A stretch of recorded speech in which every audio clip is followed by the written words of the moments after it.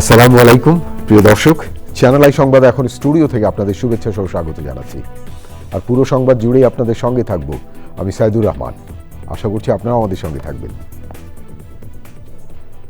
এখন সবার আগে শুনুন যথারীতি ফ্রেশ আটা ময়দা সুজি সংবাদ শিরোনাম। 8ই ফেব্রুয়ারির মধ্যে নির্বাচিত সরকারের কাছে ক্ষমতা হস্তান্তর, প্রধান উপদেষ্টার পরামর্শক্রমে এমপিদের শপথ পড়াবেন রাষ্ট্রপতি মনোনীত ব্যক্তি। ভোট কেন্দ্র দখল চেষ্টায় তাৎক্ষণিক ব্যবস্থা নিতে সেনাবাহিনীর ঘোষণা, নির্বাচন সুষ্ঠু করতে প্রস্তুত ও প্রতিজ্ঞাবদ্ধ বিমান বাহিনী। মানবিক বাংলাদেশ গড়তে সারা দেশে ইনসাফের পক্ষে গণজোয়ার সৃষ্টি হয়েছে বললেন জামায়াত আমির।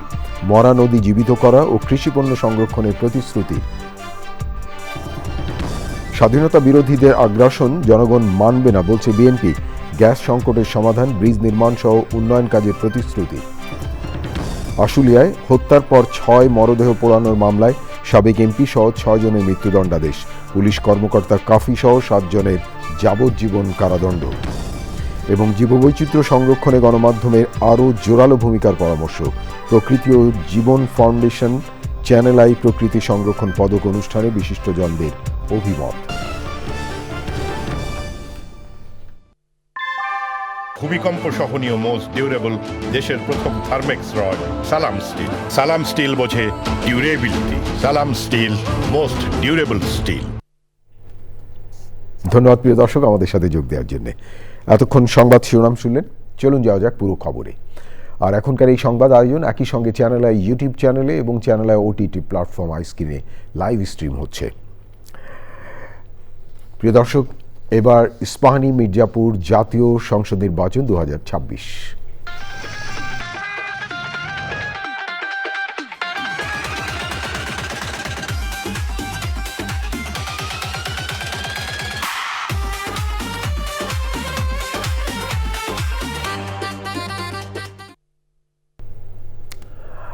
নির্বাচনের পর যত দ্রুত সম্ভব নির্বাচিত সরকারের হাতে দায়িত্ব হস্তান্তর করবে অন্তর্বর্তী সরকার। তা 8ই ফেব্রুয়ারির পরে যাবে না বলে জানিয়েছেন প্রধান উপদেষ্টার প্রেস সচিব শফিকুল আলম। প্রিয় দর্শক, বিস্তারিত জানাচ্ছেন মইনুল হাসান। বৃহস্পতিবার বিকেলে রাজধানীর ফরেন সার্ভিস একাডেমিতে সমসাময়িক বিষয় নিয়ে সংবাদ সম্মেলন করেন প্রধান উপদেষ্টার প্রেস সচিব শফিকুল আলম। অন্তর্বর্তী সরকারের কার্যক্রম নিয়ে বিস্তারিত তুলে ধরেন তিনি। বাংলাদেশের মানুষ দেখবে যে এই 18টি মাস কিভাবে এই গভর্নমেন্ট দেশকে, তারা এই ইন্টারিম গভর্নমেন্ট কিভাবে দেশ সেবা করেছে।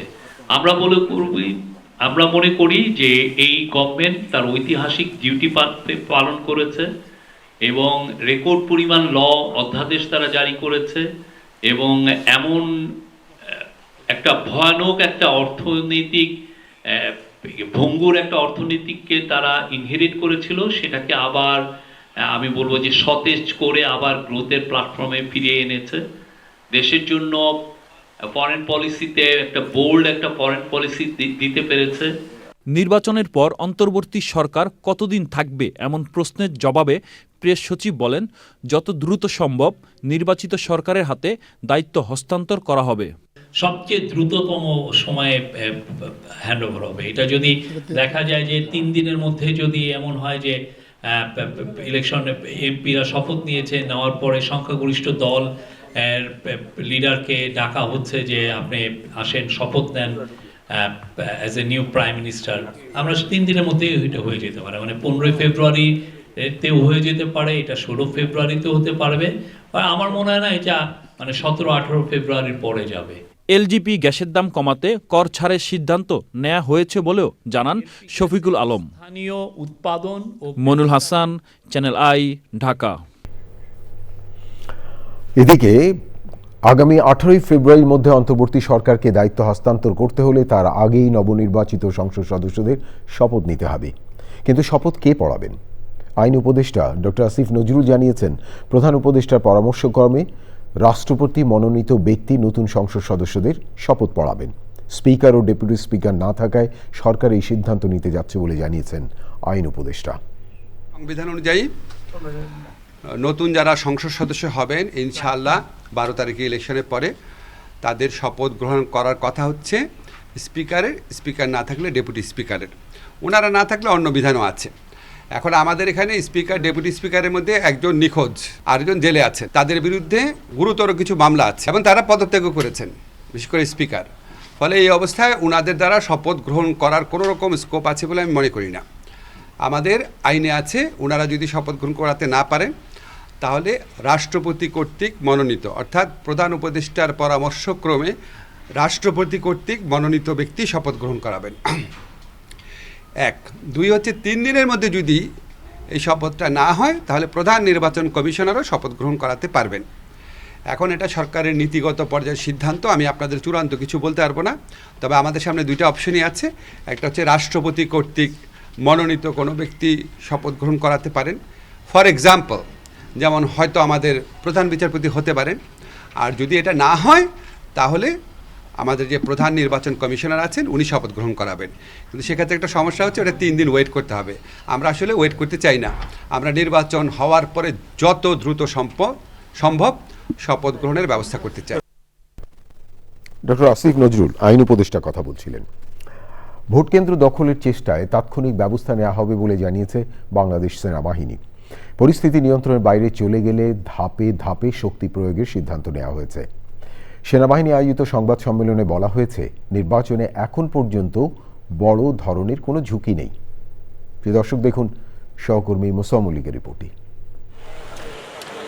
12 ফেব্রুয়ারির জাতীয় সংসদ নির্বাচনে সারা দেশে মোতায়েন করা 1 লাখ সেনা সদস্যের প্রস্তুতি দেখতে রাজধানীতে জাতীয় ফুটবল স্টেডিয়ামে যান সেনাবাহিনী প্রধান জেনারেল ওয়াকারুজ্জামান। এরপর ত্রয়োদশ জাতীয় সংসদ নির্বাচন উপলক্ষে সমন্বয় সভায় অংশ নেন তিনি। জাতীয় নির্বাচনে সেনাবাহিনীর কার্যক্রম সহ নানা বিষয় নিয়ে সাংবাদিকদের সঙ্গে কথা বলেন মিলিটারি অপারেশনের পরিচালক ব্রিগেডিয়ার জেনারেল মঞ্জুর হোসেন। যে নির্বাচনের সাথে যারা সংশ্লিষ্ট অসামরিক প্রশাসন এবং আইন শৃঙ্খলা রক্ষাকারী বাহিনী আছে তাদেরকে আশ্বস্ত করা যে তাদের যে কোনো প্রয়োজনে, একটি সুষ্ঠু নির্বাচন অনুষ্ঠানের জন্য যে কোনো প্রয়োজনে বাংলাদেশ সেনাবাহিনী যে কোনো দায়িত্ব বা সহযোগিতা দিতে প্রস্তুত থাকবে। সাধারণ জনগণের মধ্যে নির্বাচন সম্পর্কে একটা আস্থার জায়গা তৈরি করা এবং একটি সুস্পষ্ট বার্তা দেয়া যে বাংলাদেশ সরকার, নির্বাচন কমিশন, অসামরিক প্রশাসন, আইন শৃঙ্খলা রক্ষাকারী বাহিনী, সশস্ত্র বাহিনী সকলে সমন্বিতভাবে একটি সুন্দর এবং অবাধ নির্বাচন অনুষ্ঠানের জন্য বদ্ধপরিকর। তিনি বলেন, এবারের নির্বাচনে বড় ধরনের কোনো ঝুঁকি নেই, তবে যে কোনো ধরনের নাশকতা প্রতিহত করতে প্রস্তুত রয়েছে সেনাবাহিনী। সহিংসতা বা নাশকতা প্রতিরোধের জন্য যে ধরনের প্রিপারেশন দরকার, যে ধরনের প্রস্তুতি দরকার, অন্যান্য আইন শৃঙ্খলা রক্ষাকারী বাহিনীর পাশাপাশি সশস্ত্র বাহিনীও সকল ধরনের প্রস্তুতি সম্পন্ন করেছে। বিশেষত সেনাবাহিনী এই সকল নাশকতা প্রতিরোধের জন্য সম্পূর্ণরূপে প্রস্তুত রয়েছে। আমরা কতদিন থাকবো নির্বাচনের পরে, এটা একদমই হচ্ছে সরকারের সিদ্ধান্ত। আমরা আজকে যে মোতায়েন হয়েছি, এটা যেমন সরকারের সিদ্ধান্তে আমরা মোতায়েন হয়েছি, ঠিক একইভাবে আমরা কবে আমাদের দায়িত্ব ছেড়ে দিয়ে আমরা ক্যান্টনমেন্টে ফিরে যাব সেটাও সরকারের সিদ্ধান্ত। এক প্রশ্নের জবাবে মঞ্জুর হোসেন বলেন, দেশের বিভিন্ন প্রান্তে সেনাবাহিনী মোতায়েন যত বেড়েছে ততই কমেছে অপরাধ প্রবণতা। সেনাবাহিনী না থাকলে সারা দেশে অপরাধের মাত্রা বাড়ত বলে মন্তব্য করেন তিনি। স্থানীয় সেনা ক্যাম্পে নির্বাচন কেন্দ্রিক যে কোনো ধরনের অপরাধের সংবাদ জানাতে নাগরিকদের কাছে অনুরোধ জানানো হয়েছে। Mostafa Mallik, channel I, Dhaka.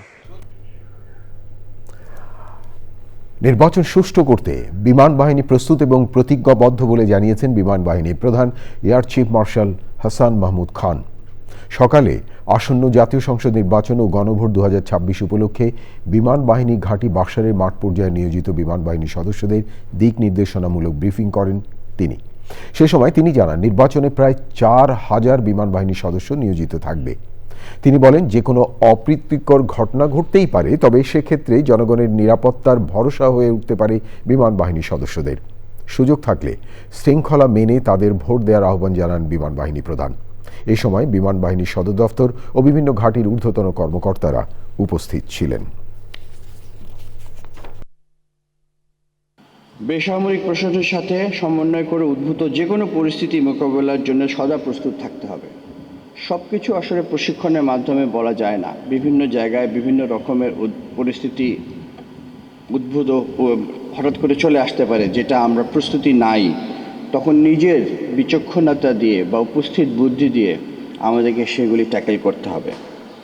বিশেষ করে 11 থেকে 13ই ফেব্রুয়ারি মানে ইলেকশনের আগের দিন এবং পরের দিন ইলেকশনের রাত, ওই সময় আমাদেরকে অত্যন্ত সচেতন, সজাগ এবং অ্যালার্ট থাকতে হবে।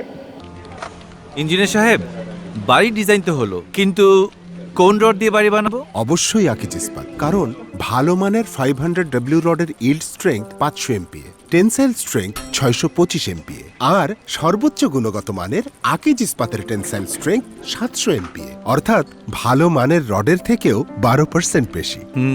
বুঝেছি, এখনই অর্ডার করছি অধিক শক্তিশালী আকিজ ইস্পাত। আকিজ ইস্পাত, কমিটেড টু কোয়ালিটি। মানবিক বাংলাদেশ গড়তে সারা দেশে ইনসাফের পক্ষে গণজোয়ার সৃষ্টি হয়েছে মন্তব্য করে জামায়াতে ইসলামের আমির ডক্টর শফিকুর রহমান বলেছেন, তার দল ক্ষমতায় গেলে সবার জন্য নিরাপদ বাংলাদেশ উপহার দেবে। উত্তরাঞ্চলে নির্বাচনী জনসভায় জামায়াত আমির বলেন, মরা নদীগুলোকে জীবন্ত করা এবং আমসহ কৃষিপণ্য সংরক্ষণে হিমাগার স্থাপন করা হবে। দুর্নীতি, নারীর অপমান ও আধিপত্যবাদ মুক্ত দেশ গড়তে দাঁড়িপাল্লায় ভোট চেয়েছেন জামায়াত আমির। আক্তার হোসেনের রিপোর্ট। সুশাসন ও শান্তির জন্য পরিবর্তন এবং উন্নত আধুনিক চাঁপাইনবাবগঞ্জ গড়ার স্লোগানে নির্বাচনী জনসভায় জনসমুদ্র। জুলাই যুদ্ধের সেদিন রাস্তায় দুপুরে জনসভা মঞ্চে যোগ দেন জামায়াত আমির। বলেন, ক্ষমতায় গেলে সব শ্রেণী পেশার মানুষের মাঝে বৈষম্য দূর করা হবে।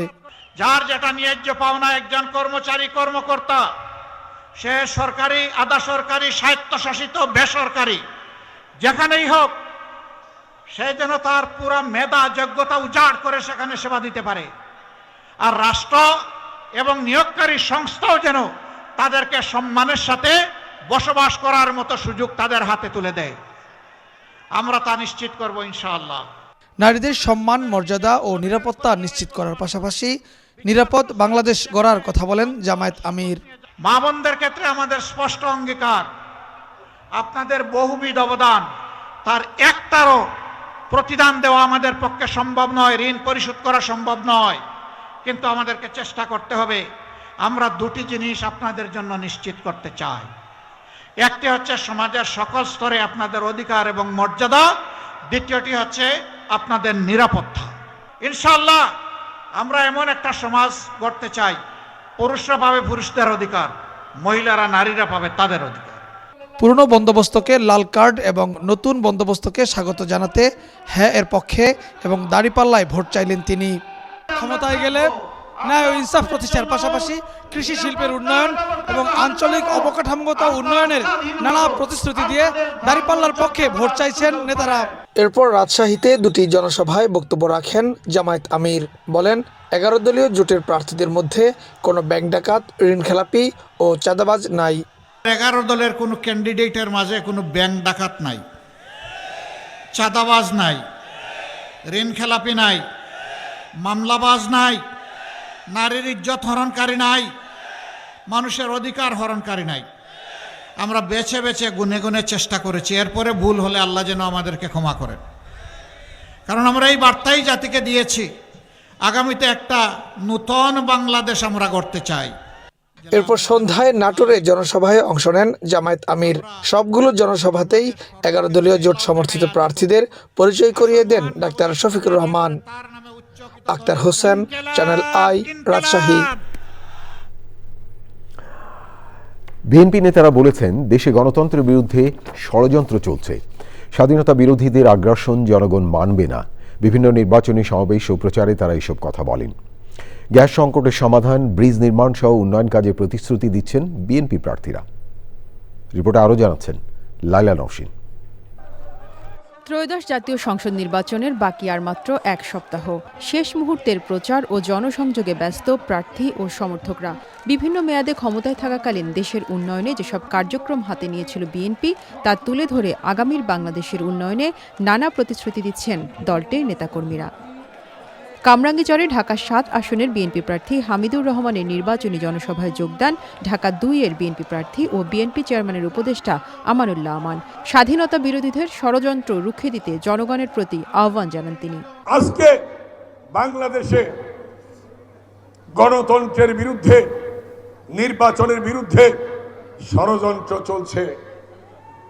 ৭১-এর ঘাতকরা, মা বোনদের ইজ্জত লুণ্ঠনকারীরা আজকে প্রতাপ দেখাচ্ছে, কিন্তু জনগণ গ্রহণ করবে না। কি আপনারা করবেন গ্রহণ? করবেন? দেখেন দেখি কি করবেন? করবেন গ্রহণ? করবেন না।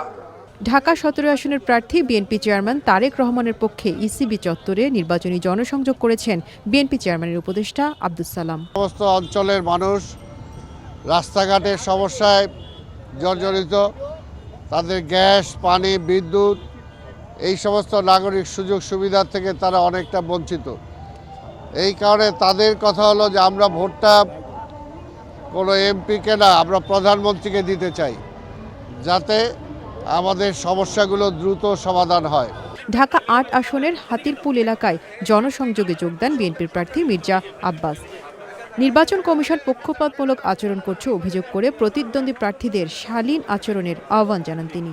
একটি দল ইসলামের নাম দিয়ে, ইসলামের নাম বিক্রি করে তারা ক্ষমতায় যাওয়ার চেষ্টা করছে, বিদেশের সঙ্গে চুক্তি করে, এবং তাদের ছানাপোনারাও সেই জায়গায় গিয়ে নেমে পড়েছে।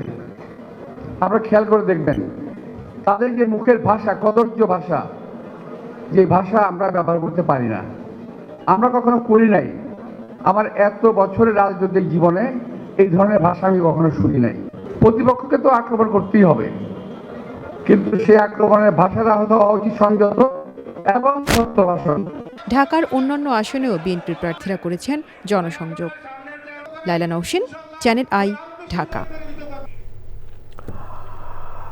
আগামী ৭ই ফেব্রুয়ারি শনিবার দিনাজপুরের বিরামপুরে বিএনপির চেয়ারম্যান তারেক রহমানের আগমন উপলক্ষে ব্যাপক প্রস্তুতি শুরু হয়েছে। বৃহস্পতিবার দুপুরে নির্বাচনী জনসভা মাঠের প্রস্তুতি পরিদর্শন করেন দিনাজপুর ৬ আসনে বিএনপির প্রার্থী ডক্টর AZM জাহিদ হোসেন।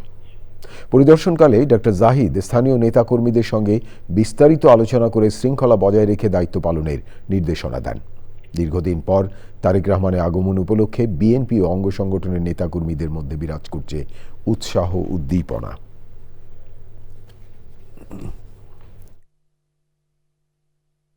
আইন শৃঙ্খলা রক্ষাকারী বাহিনীর সদস্যদের সহায়তা নিয়ে ওইটার যে ফিজিবিলিটিটা স্টাডি, কোন কোন জায়গায় হেলিকপ্টার ল্যান্ড করতে পারে সেসব বিষয়ে পরিদর্শন করেছি, মাঠ পরিদর্শন করছি এবং মাঠে স্টেজ এবং অন্যান্য প্রস্তুতি নেওয়ার জন্য আমরা আমাদের যে কাজ সেগুলো শুরু করে দিয়েছি। ডক্টর জাহিদ বিএনপি নেতা কথা বলছিলেন। চাঁদপুর ৪ ফরিদগঞ্জ আসনে স্বতন্ত্র প্রার্থী MA হান্নানের নির্বাচনী প্রচারে গাড়িবহরে হামলায় কমপক্ষে ২০ জন আহত হয়েছেন। উপজেলার গুপটি ইউনিয়নের ১৬ দানা সরকারি প্রাথমিক বিদ্যালয় সংলগ্ন খাজুরিয়া বাজার ও রূপসা বাজার সহ পৃথক ৪টি স্থানে হামলা করা হয়। এর আগে হুগলি এলাকায় স্বতন্ত্র প্রার্থী উঠান বৈঠকেও হামলা হয়েছে। MA হান্নান দাবি করেন তার গাড়িতে ইট পাটকেল নিক্ষেপ করে ভাঙচুর করা হয়েছে। পরিস্থিতি নিয়ন্ত্রণে আনতে উপজেলা সহকারী রিটার্নিং কর্মকর্তার নেতৃত্বে সেনাবাহিনী, পুলিশ ও বিজিবি মোতায়েন করা হয়েছে।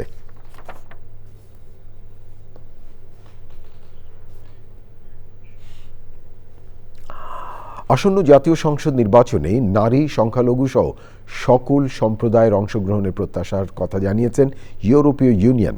বিকেলে সিইসির সাথে বৈঠক শেষে কথা বলেন সংস্থার পর্যবেক্ষক দলের প্রধান ইভার্স আইজাবুস। ইইউ অবাধ, সুষ্ঠু ও নিরপেক্ষ নির্বাচন চায় উল্লেখ করে তিনি জানান, বৈঠকে নির্বাচনের চ্যালেঞ্জ এবং লেভেল প্লেইং ফিল্ড নিশ্চিত করার বিষয়ে আলোচনা হয়েছে। ইসির কার্যক্রমে সন্তোষ জানিয়ে তিনি বলেন, দেশে আইনশৃঙ্খলা পরিস্থিতি ভালো দেখতে চায় ইউরোপীয় ইউনিয়ন। ইতিমধ্যে ৩০০ সংসদীয় আসনে সংস্থার পর্যবেক্ষক চলছে জানিয়ে শীঘ্রই স্বল্পমেয়াদে আসা পর্যবেক্ষকদেরও মাঠে নামার কথা জানানো হয়।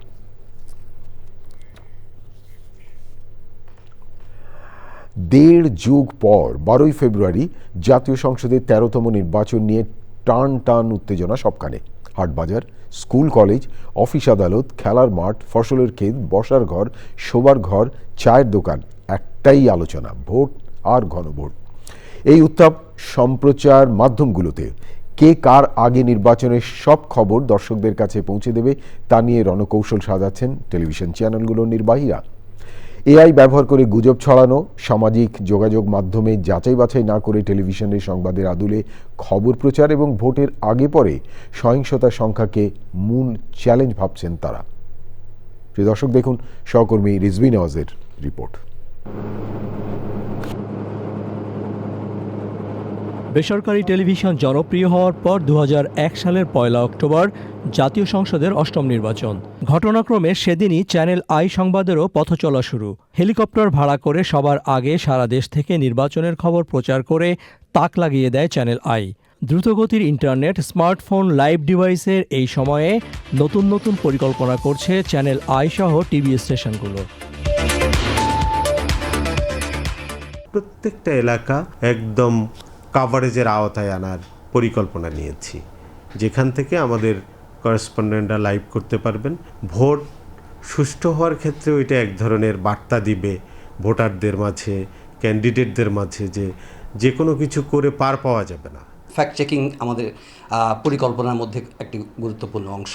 কারচুপি বলেন বা জাল ভোট বলেন ইত্যাদি ক্ষেত্রে আমাদের সহকর্মীরা যারা মাঠে থাকবেন তারা নিশ্চয়ই মিডিয়া কর্মী হিসেবে তাদের নজর রাখবেন সার্বক্ষণিক।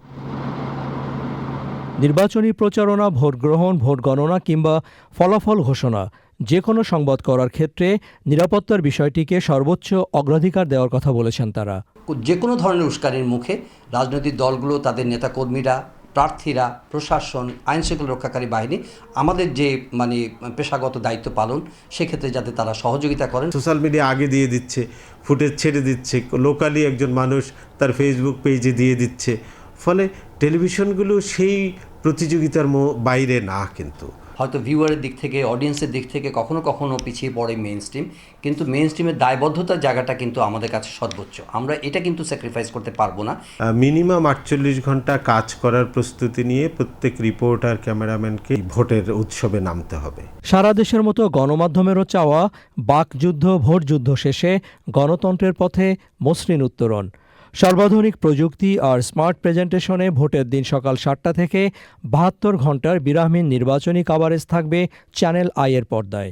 আর চ্যানেল আই অনলাইন, চ্যানেল আইয়ের সব ডিজিটাল প্ল্যাটফর্মের পাশাপাশি প্রতি মুহূর্তে নির্বাচনের আপডেট জানাবে I screen. Rizvi Nawaz, channel I, Dhaka. প্রিয় দর্শক, এবারে অন্যান্য সংবাদ। শরীফ ওসমান হাদির হত্যার বিচারের দাবিতে রাজধানী ইন্টারকন্টিনেন্টালের সামনে অবস্থান নিয়েছে ইনকলাব মঞ্চ। প্রিয় দর্শক, সেখানে আছেন সহকর্মী রিয়াজ ইসলাম, সরাসরি যাচ্ছি তার কাছে। রিয়াজ, ইন্টারকন্টিনেন্টালের সামনে বিক্ষোভের এই মুহূর্তে সর্বশেষ কি অবস্থা দেখতে পাচ্ছেন যদি জানান আমাদেরকে।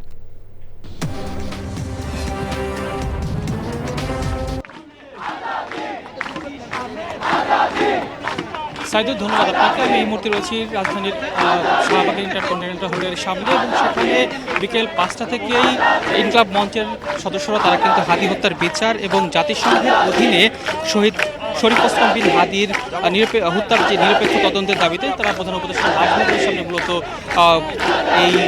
তারা অবস্থান নিয়েছিলেন, এবং তারা কিন্তু এখনও রয়েছে। এবং আমরা যদি জানতে পেরেছি তারা এই ইন্টারকন্টিনেন্টাল হোটেল এবং যমুনার সামনে দুই জায়গায় অবস্থান করছে। মূলত যমুনার সামনে অবস্থান করছে শরীফ ওসমান বিন হাদির স্ত্রী রাবিয়া ইসলাম শম্পা, ইনকলাব মঞ্চের সদস্য সচিব আব্দুল্লাহ আল জাবের, ঢাকা বিশ্ববিদ্যালয় ডাকসুর নেত্রী ফাতেমা তাসলিম জুমা, তারা কিন্তু সেখানে অবস্থান নিয়েছে। এবং আর ইনকলাব মঞ্চের যে সদস্যরা রয়েছে তারা এই ইন্টারকন্টিনেন্টালের সামনে অবস্থান নিয়েছে বলে আমরা দেখতে পেয়েছি। এবং তারা যেটা দাবি করছে যে তারা আসলে হাদি হত্যার বিচারের দাবি জানাচ্ছেন, এবং সেই সাথে তারা আসলে বলছেন যে জাতিসংঘের অধীনেই কেবলমাত্র তার বিচারের যে নিরপেক্ষ তদন্ত সেই তদন্ত হতে হবে।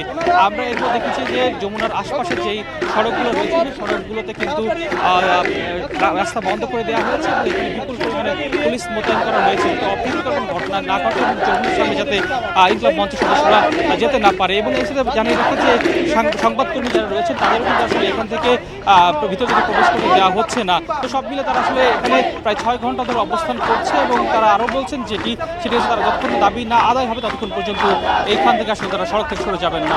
সাইদুল। রিয়াজ, আপনাকে অনেক ধন্যবাদ হোটেল ইন্টারকন্টিনেন্টালের সামনে থেকে ইনকলাব মঞ্চের অবস্থান কর্মসূচির বিস্তারিত জানানোর জন্য। জুলাই গণঅভ্যুত্থানে আশুলিয়ায় 6 আন্দোলনকারীকে হত্যা পরবর্তী মরদেহ পোড়ানোর ঘটনায় করা মামলায় সাবেক এমপি সাইফুল ইসলাম, পুলিশ কর্মকর্তা AFM সাইদ সহ 6 আসামিকে মৃত্যুদণ্ডাদেশ দিয়েছেন ট্রাইব্যুনাল 2। আলোচিত পুলিশ কর্মকর্তা আবদুল্লাহিল কাফি সহ 7 পুলিশ কর্মকর্তাকে যাবজ্জীবন কারাদণ্ডাদেশ দেওয়া হয়েছে। দণ্ডাদেশের পাশাপাশি সাইফুল ইসলামের সম্পত্তি জব্দ এবং কয়েক আসামিকে জরিমানার নির্দেশও দেওয়া হয়েছে। রিপোর্টে আরও জানাচ্ছেন মাজহারুল হক মান্না। জুলাই গণঅভ্যুত্থানে আশুলিয়ায় 6 আন্দোলনকারীর মরদেহ পোড়ানোর ঘটনায় হওয়া মানবতাবিরোধী অপরাধের মামলায় 16 জন আসামি। পলাতক আছেন সাবেক সংসদ সদস্য মোহাম্মদ সাইফুল ইসলাম, সাবেক ডিআইজি সৈয়দ নুরুল ইসলাম, সাবেক পুলিশ সুপার আসাদুজ্জামান রিপন, আশুলিয়া থানার সাবেক অফিসার ইনচার্জ AFM সাইদ ওরফের রনি, সাবেক পুলিশ পরিদর্শক মাসুদুর রহমান ও নির্মল কুমার দাস, সাবেক উপপরিদর্শক বিশ্বজিৎ সাহা, রনি ভূঁইয়া সহ 8 আসামি। গ্রেপ্তার 8 আসামি হলেন ঢাকা জেলার সাবেক অতিরিক্ত পুলিশ সুপার আবদুল্লাহিল কাফি, সাভার সার্কেলের সাবেক অতিরিক্ত পুলিশ সুপার মোহাম্মদ শহীদুল ইসলাম, ঢাকা জেলা পুলিশের গোয়েন্দা বিভাগের সাবেক পরিদর্শক আরাফাত হোসেন, আশুলিয়া থানার সাবেক SI আব্দুল মালেক, আরাফাত উদ্দিন, কামরুল হাসান, শেখ আফজালুল হক ও সাবেক কনস্টেবল মুকুল চোকদার। তাঁদের ট্রাইব্যুনালে হাজির করা হলে রায় ঘোষণা করেন ট্রাইব্যুনাল 2। প্রথমেই এই মামলার বিষয়ে পর্যবেক্ষণ দেন আদালত। সাইফুল ইসলাম তিনি হচ্ছেন একজন জনপ্রতিনিধি। রাষ্ট্র এবং জনগণকে রক্ষা করার তার দায়িত্ব ছিল, কিন্তু তিনি এই সাধারণ নিরস্ত্র নিরীহ জনগণকে রক্ষার পরিবর্তে তিনি তাদেরকে হত্যাকাণ্ডে উৎসাহিত করেছেন, সহযোগিতা করেছেন, নির্দেশ প্রদান করেছেন। রায়ে সাবেক এমপি সাইফুল সহ 16 আসামির বিষয়ে সিদ্ধান্ত জানান আদালত। যাদেরকে মৃত্যুদণ্ড দেওয়া হয়েছে তারা হলেন স্থানীয় এমপি, তৎকালীন স্থানীয় এমপি সাইফুল ইসলাম, ওসি আশুলিয়া থানা AFM সায়েদ রনি এবং যুবলীগের সদস্য রনি ভূঁইয়া। যাবজ্জীবন কারাদণ্ড দেওয়া হয়েছে DIG Syed Nurul Islam, SP Asaduzzaman Ripon, additional SP Abdullahil Kafi. আইন অনুযায়ী ট্রাইব্যুনাল দেওয়া রায়ের বিরুদ্ধে সর্বোচ্চ আদালতে আপিল করার জন্য 30 দিন সময় পাবেন আসামিরা। তবে পলাতক আসামিদের আবেদন করতে হলে বিচারিক আদালতে আত্মসমর্পণ করে আপিল করতে হবে। মাজহারুল হক মান্না, চ্যানেল I, ঢাকা। ভারতের সঙ্গে সম্পর্ক থমকে আছে উল্লেখ করে পররাষ্ট্র উপদেষ্টা আশা করেন নির্বাচিত সরকারে এলে সম্পর্ক মসৃণ হবে। বিদায়ী প্রেস কনফারেন্সের এক প্রশ্নের উত্তরে তিনি জানান, জাতীয় সংসদ নির্বাচনে আওয়ামী লীগের অংশগ্রহণের বিষয়ে জানতে চাইলেও কোনো দেশের পক্ষ থেকে কোনো চাপ ছিল না। অন্তর্বর্তী সরকারের সময় পররাষ্ট্র মন্ত্রণালয়ের সমন্বয়হীনতার কথাও স্বীকার করেন সাবেক এই পররাষ্ট্র সচিব। পান্থ রহমান জানাচ্ছেন বিস্তারিত। মন্ত্রীর পদমর্যাদায় 1.5 বছর ধরে পররাষ্ট্র উপদেষ্টার দায়িত্ব পালন করছেন সাবেক এই পেশাদার কূটনীতিক। নতুন সরকারের কাছে দায়িত্ব হস্তান্তরের আগে তার শেষ আনুষ্ঠানিক সংবাদ সম্মেলন। সরকারের মধ্যে বিভিন্ন ধরনের টানাপোড়েন থাকেই, এটা পার্ট অফ দি গেম। সব মিলিয়ে আমি যে খুব বেশি সমস্যায় পড়েছি এটা বলি না, তবে সমন্বয়ের অভাব কখনো কখনো অনুভূত হয়েছে। আওয়ামী লীগের অংশগ্রহণের ব্যাপারে as far as I am concern, আমার সাথে যারা দেখা করতে এসেছে তারা জানতে চেয়েছে, কেউ সবাই না, কিন্তু কেউই কোনো ধরনের কোনো চাপ আমার উপর সৃষ্টি করেনি যে এটা করেন বা আপনাদের উচিত এটা করা ইমিডিয়েটলি, এরকম কথা কেউ আমাকে কখনো বলেনি। প্রশ্ন উঠল বাংলাদেশ ভারত সম্পর্ক এবং শেখ হাসিনাকে ফেরত আনা প্রসঙ্গেও। আমরা আসলেই ভারতের সাথে একটা good working relation on the basis of reciprocity and mutual interest, এটা আমরা চেয়েছিলাম সবসময়। সফল হয়েছি এটা ঠিক বলতে পারি না, কারণ অনেক ক্ষেত্রেই এটা তো অনেকটাই থমকে আছে। আমি বলবো না যে বিরাট কোনো ক্রাইসিস সৃষ্টি হয়েছে, কিন্তু সম্পর্কটা থমকে আছে। ভারত নিশ্চয়ই তাদের স্বার্থ যেভাবে তারা চিন্তা করে সেভাবেই করেছে, আমরা আমাদের স্বার্থ যেভাবে রক্ষিত হয় বলে ভেবেছি সেভাবে চেষ্টা করেছি। দুটো ঠিক অনেক ক্ষেত্রেই মেলেনি। সরকারের উত্তরাধিকারী যে সরকার হবে তাদের সময় আবার রিলেশন স্মুদেন হওয়া, যেটাকে বলে মসৃণ একটা সম্পর্ক প্রতিষ্ঠিত হওয়া। সরকারের শেষ সময়ে কয়েক দেশের সঙ্গে তাড়াহুড়ো করে চুক্তি করাকে পরের সরকারের জন্য কাজ এগিয়ে রাখা হিসেবে দেখছেন উপদেষ্টা। তবে মেনে নিয়েছেন বিনিয়োগ আকৃষ্ট করার ক্ষেত্রে সাফল্য কম। একথা অনস্বীকার্য যে আসলে ইনভেস্টমেন্টের ক্ষেত্রে খুব বেশি বড় কোনো প্রোগ্রেস আমাদের হয়নি গত 1-1.5 বছরে। পান্থ রহমান, চ্যানেল I, ঢাকা। জীববৈচিত্র্য ও বন্যপ্রাণী সংরক্ষণে গবেষণার পাশাপাশি গণমাধ্যমকে আরও জোরালো ভূমিকার আহ্বান জানিয়েছেন বিশেষজ্ঞরা। দেশে প্রকৃতি ও জীবন বৈচিত্র্য সংরক্ষণে বিশেষ অবদান রাখায় প্রকৃতি ও জীবন ফাউন্ডেশন চ্যানেল আই প্রকৃতি সংরক্ষণ পদক 2025 প্রদান অনুষ্ঠানে পরিবেশ প্রতিবেশ সংরক্ষণে সার্বিক সচেতনতার তাগিদ দিয়েছেন তারা। এবছর এই পদকে ভূষিত হয়েছেন সামাজিক উন্নয়নমূলক প্রতিষ্ঠান ফ্রেন্ডশিপের প্রতিষ্ঠাতা রুনা খান। বিস্তারিত মোশাহিদ রনি রিপোর্টে।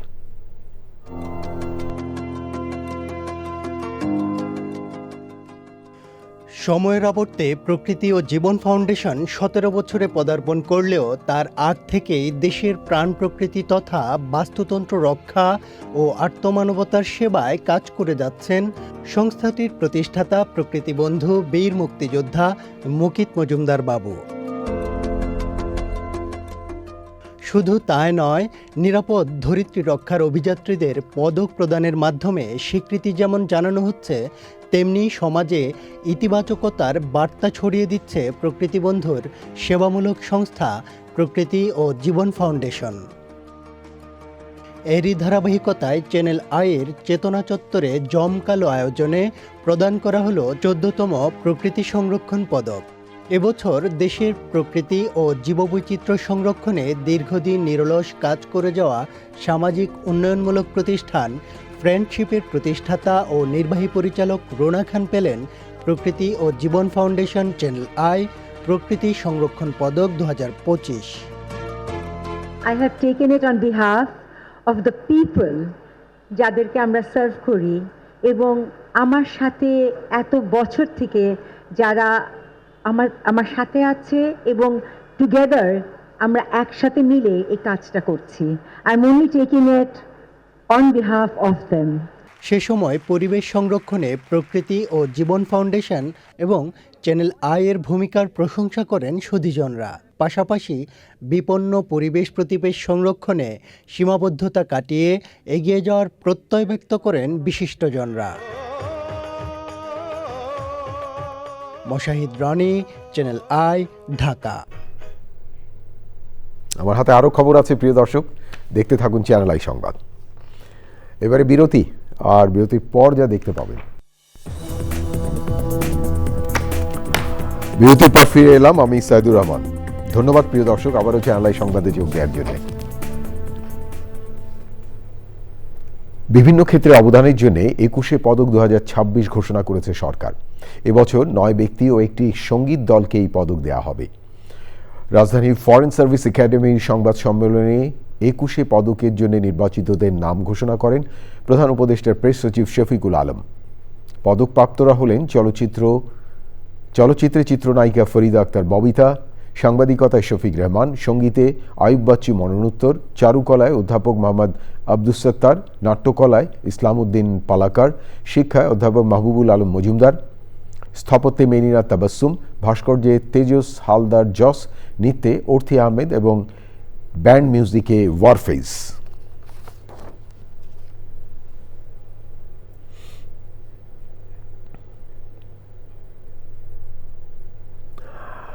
প্রয়াত ব্যান্ড শিল্পী আয়ুব বাচ্চু এবছর 21 পদক পাচ্ছেন। এ খবরে আবেগ তাড়িত হয়ে পড়েন তার স্ত্রী ফেরদৌস আক্তার চন্দনা। চ্যানেল আই অনলাইনের পডকাস্টে তিনি বলেন, খবরটা শুনে তিনি খুব খুশি হয়েছেন। আয়ুব বাচ্চু বেঁচে থাকলে এবং নিজ হাতে পুরস্কারটা নিতে পারলে আরও বেশি খুশি হতেন তিনি। আয়ুব বাচ্চুর সঙ্গে বাংলাদেশের মানুষের ভালোবাসা আছে বলেও মন্তব্য করেন স্ত্রী চন্দনা। শিল্পী মানে নিজের পুরো লাইফটাই দিয়ে দেয় সঙ্গীতের পিছনে, একটা সম্মাননা না পাক অন্তত রাষ্ট্র যেন তাকে একটা দেয়। তো মরে যেয়ে পেয়েছে, ভালো, আলহামদুলিল্লাহ। ও হয়তো ওপার থেকে সেটা জানতে পারবে। আমরা যতটা আর কি আছি, আমাদের খুশি, ভালো লাগা, কষ্ট সবকিছু তো একটা অন্য ধরনের।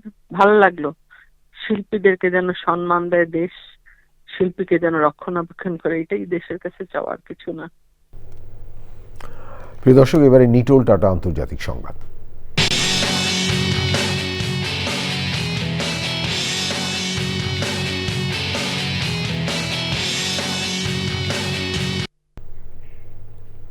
শুক্রবার ওমানে ইরান ও যুক্তরাষ্ট্রের মধ্যে আলোচনা হবে। কাতার, তুরস্ক ও মিশরের মধ্যস্থতাকারীর আলোচনার জন্য মূল নীতিমালার একটি কাঠামো ইরান ও যুক্তরাষ্ট্রের কাছে উপস্থাপন করেছেন বলে আল জাজিরা জানিয়েছে। প্রস্তাবিত চুক্তির কাঠামোতে বলা হয়েছে, ইরানকে আগামী 3 বছর ইউরেনিয়াম সমৃদ্ধকরণ বহুলাংশে হ্রাস করতে হবে।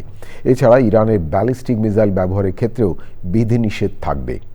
হিজবুল্লাহ ও হুতির মতো যেসব সশস্ত্র বাহিনী আছে তাদের সহায়তা বন্ধ করতে হবে।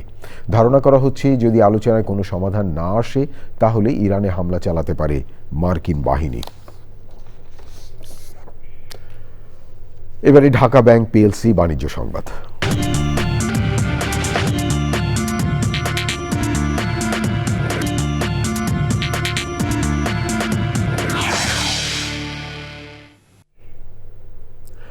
চব্বিশের গণঅভ্যুত্থানের শিক্ষা ভুলে গেলে তাদের রক্তের প্রতি অবিচার করা হবে বলে মন্তব্য করেছেন পররাষ্ট্র মন্ত্রণালয়ের সচিব ডক্টর মোহাম্মদ নজরুল ইসলাম। এফবিসিসিআই এবং international business forum of Bangladesh IBFB'র আলোচনায় তিনি বলেন, অন্তর্বর্তী সরকার বেশ কিছু সংস্কারের উদ্যোগ নিয়েছে, কিন্তু সব শেষ করতে পারেনি। তবে সেসব যদি কেবল কাগুজে সংস্কার হয় তাহলে মানুষ সুফল পাবে না। আলোচনায় মূল প্রবন্ধ উপস্থাপন করেন সিপিডির গবেষণা পরিচালক ডক্টর খন্দকার গোলাম মোয়াজ্জেম। স্বাগত বক্তব্যে IBFC'র সভাপতি লুৎফুন্নেসা সৌদিয়া বলেন, উদ্যোক্তারা যেসব সমস্যায় পড়েন সেগুলো শুধু আইন দিয়ে সমাধান হবে না। প্রিয় দর্শক, থাকুন চ্যানেলের সঙ্গে, ফিরছে একটু পরে আরও খবর নিয়ে। আবারও বিরতি, আর বিরতির পর যা দেখতে পাবেন। প্রিয় দর্শক, বিরতির পর ফিরে এলাম চ্যানেল সংবাদে আরও খবর নিয়ে। আপনাদেরকে আরেকবার স্বাগত জানাচ্ছি। রাজধানীর পল্লবীতে একই পরিবারের 4 জনের মৃত্যুর প্রকৃত কারণ তদন্তের পর জানা যাবে বলে জানিয়েছেন পুলিশ। পল্লবী থানার ভারপ্রাপ্ত কর্মকর্তা জানান, এই ঘটনায় অপমৃত্যুর মামলা হবে।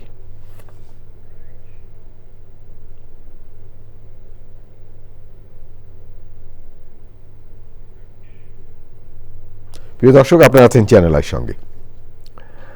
এবারে সবশেষ বিরতি, আর বিরতির পর যা দেখতে পাবেন।